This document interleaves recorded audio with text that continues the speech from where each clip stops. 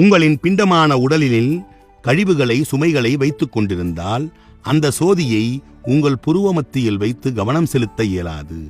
அருட்பெரும் ஜோதி வள்ளல் பெருமானார் அருளிய 7 திரைகளே இந்த பிண்டமான உடலில் தேங்கிய கழிவுத் திரைகளாகும். அதனை உணர்ந்து உடலில் தேங்கிய 7 கழிவுத் திரைகளை நீக்கினால் நீங்கள் அருட்பெருஞ்சோதியோடு கலக்கலாம். பரம்பொருள் இருக்கும் இடம் என்கிறார் வள்ளல் பெருமான். இதைத்தான் திருச்சிற்றம்பலம் என்கிறார். இந்த இடம்தான் ஞான ஆகாயத்தால் ஆன இறைவனின் வீடு.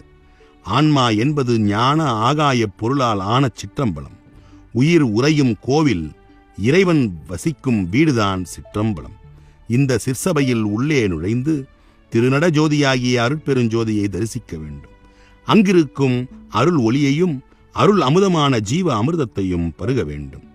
உயிரின் உன்னதம் உணராதவனுக்கு இறையருள் என்றுமே கிடைக்காது.